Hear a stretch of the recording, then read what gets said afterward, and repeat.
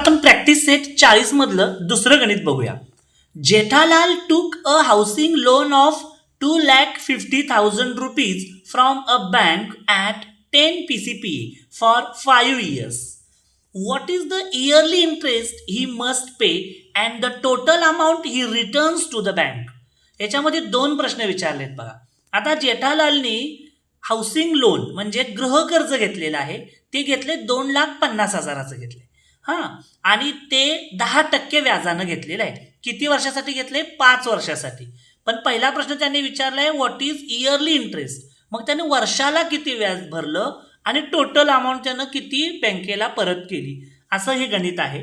तर या ठिकाणी बघा आवश्यक त्या गोष्टी लिहून घेतल्यात.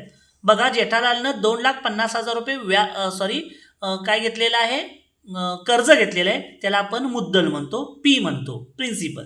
त्यानंतर किती वर्षासाठी घेतलेत? 5 वर्षासाठी ते कर्ज घेतलेलं आहे. तो टी म्हणजे क किती आहे? 5 वर्ष. आणि रेट ऑफ इंटरेस्ट आहे 10%. पण सुरुवातीला त्यांनी सांगितलेलं आहे की वर्षाला त्यानं व्याज किती भरलं असेल असा प्रश्न पहिला आहे. म्हणून बघा ह्या सूत्रामध्ये सूत्र बघा काय घेतलं मी, एस आय म्हणजे simple interest is equal to P into T into R upon 100. म्हणजेच मराठीत सूत्र आहे स बरोबर म गुणिले द गुणिले क छेद 100. आता बघा म म्हणजे प्रिन्सिपल आहे 2,50,000 रुपये आणि नंतर इथं टी बघा, इथं द दिले दर, तो मागे पुढे झाला तरी चालतं मराठी सूत्रामध्ये. इथं टी दिलेला आहे, टी म्हणजे कालावधी, क दिलाय बघा. तो मी कालावधी या ठिकाणी 5 नाही घेतला तर 1 घेतला, कारण त्यांचा पहिला प्रश्न होता की वर्षाला त्यानं किती व्याज भरलं. तर इथं काय घेतला मी, 1 घेतला गुणिले इथं 10 घेतलं. 10 हे व्याजाचा दर आहे, रेट ऑफ इंटरेस्ट आहे, आणि छेदात 100 घेतलं. आता आपण काय करू, 100 वरच्या 2 शून्य आणि इथल्या वरच्या 2 शून्य कॅन्सल करू. म्हणजे वरती राहतील किती बघा, 2,500 इंटू 1 इंटू 10 अपॉन 100. 100 आपण कॅन्सल केलेलं आहे. आता बघा, आता 2500 गुणिले 1, 2500 गुणिले 10 म्हणजे एकच शून्य वाढणार त्याच्यावर, म्हणजे झाली किती बघा, हे 25, 1 0 2 आणि 3 म्हणजे ह्याच्यावर 1 2 3 शून्य होणार, म्हणजे ही रक्कम आली 25,000 रुपये.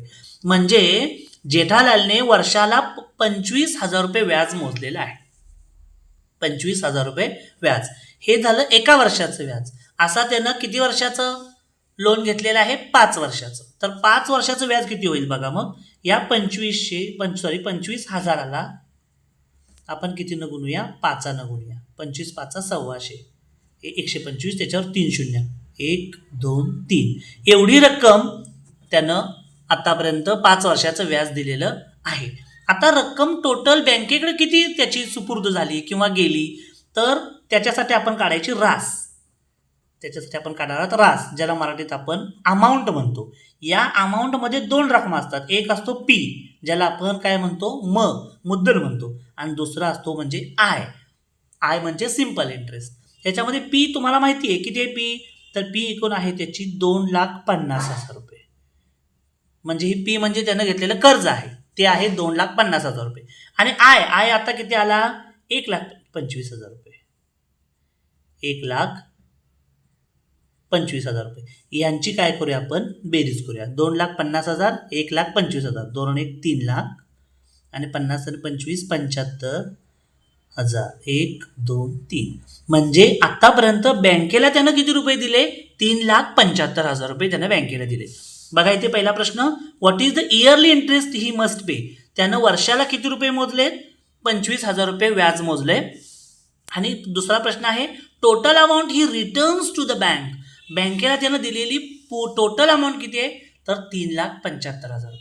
ह्याच्यामध्ये बँकेचं गृहकर्ज आहे ते आहे 2,50,000 रुपये, आणि व्याज भरलं त्यानं 1,25,000 रुपये, आणि टोटल रक्कम होते 3,75,000 रुपये. एवढी रक्कम त्याने बँकेला दिली. गणित बघूया. Shrikant deposited 85,000 rupees for 2 integer 1/2 years at 7 PCPA per cent per annum in a saving bank account. What is the total interest he received at the end of the period? याच्यामध्ये फक्त त्यांनी इंटरेस्ट विचारलेला आहे. श्रीकांतनं डिपॉझिट केलेले आहेत, जमा केलेले आहेत. किती रुपये? 85,000 रुपये जमा केलेले आहेत. 2.1/2 इयर्स म्हणजे 2.5 वर्षांसाठी. इथं 2.1/2 ऐवजी 2.5 लिहायचं. पुढे 7 PCPA म्हणजे 10 दर साल दर शेकडा 7 दराने त्यानं सेव्हिंग बँक अकाउंटमध्ये पैसे जमा केलेले आहेत, त्याचं आपण व्याज काढूया. आपण आता बघा, मी इथं माहिती लिहून घेतलेली आहे. बघा, पी म्हणजे प्रिन्सिपल मुद्दल त्यानं काय केलेले आहे, डिपॉझिटेड किती केलेले आहेत तर 85,000 रुपये. टी म्हणजे किती कालावधीसाठी, क 2.1/2 म्हणजेच 2.5 इयर्स. हे 2.1/2 आपण 2.5 असं लिहायचं आहे, त्याला आपण 2.5 वर्ष असं म्हणतो. नंतर रेट ऑफ इंटरेस्ट आहे, दर आहे, व्याजाचा दर 7% आहे. आपण या ठिकाणी सूत्र लिहिलं, सुरुवातीला I interest is equal to P into T into R upon 100. तेच मराठी सूत्र असं आहे, स बरोबर म गुणिले द गुणिले क छेद 100. आता याच्यामध्ये मी किमती टाकल्या. म ची किंमत टाकली 85,000 रुपये. दर आहे म्हणजे रेट ऑफ इंटरेस्ट 7% आहे, 7 ते इथं लिहिलं, गुणिले क आहे 2.5 आणि छेदात 100 लिहिलं. आता मी काय करतो, या 100 वरच्या 2 शून्य आणि 85,000 वरच्या 2 शून्य कॅन्सल करतो. आता इथे राहिले काय बघा, 850 वरती राहिले, 850 गुणिले हे 7 राहिले आणि गुणिले पुढे 2.5 राहिले. आता काय करूया, 2.5 म्हणजेच 25 गुणिले 7 करूया. 25 सत्ते होतात 250 म्हणजे 175 होतात. आता या ठिकाणी 175 झाल्यानंतर इथं बघा 2.5 म्हणजे इथं पॉईंटच्या पुढे एकच घर आहे, म्हणून इथं आपण एक घर सोडून पॉईंट देऊया, म्हणजे उत्तर होईल 17.5. म्हणजेच काय होईल बघा, इथे 850 गुणिले 17.5 असं येईल. 850 गुणिले 17.5. आता याचा गुणाकार करूया, तर यांचा गुणाकार येतो 14,875 रुपये. म्हणजे त्यानं श्रीकांतनं 85,000 रुपये गुंतवले म्हणजे डिपॉझिट केले 2.5 वर्षांसाठी 7% व्याजाच्या दरानं सेव्हिंग बँक अकाउंटमध्ये, आणि त्याला टोटल इंटरेस्ट वर्षाच्या शेवटी म्हणजे 2.5 वर्षानंतर त्याला टोटल इंटरेस्ट मिळाला 14,875 रुपये. हे आहे उत्तर.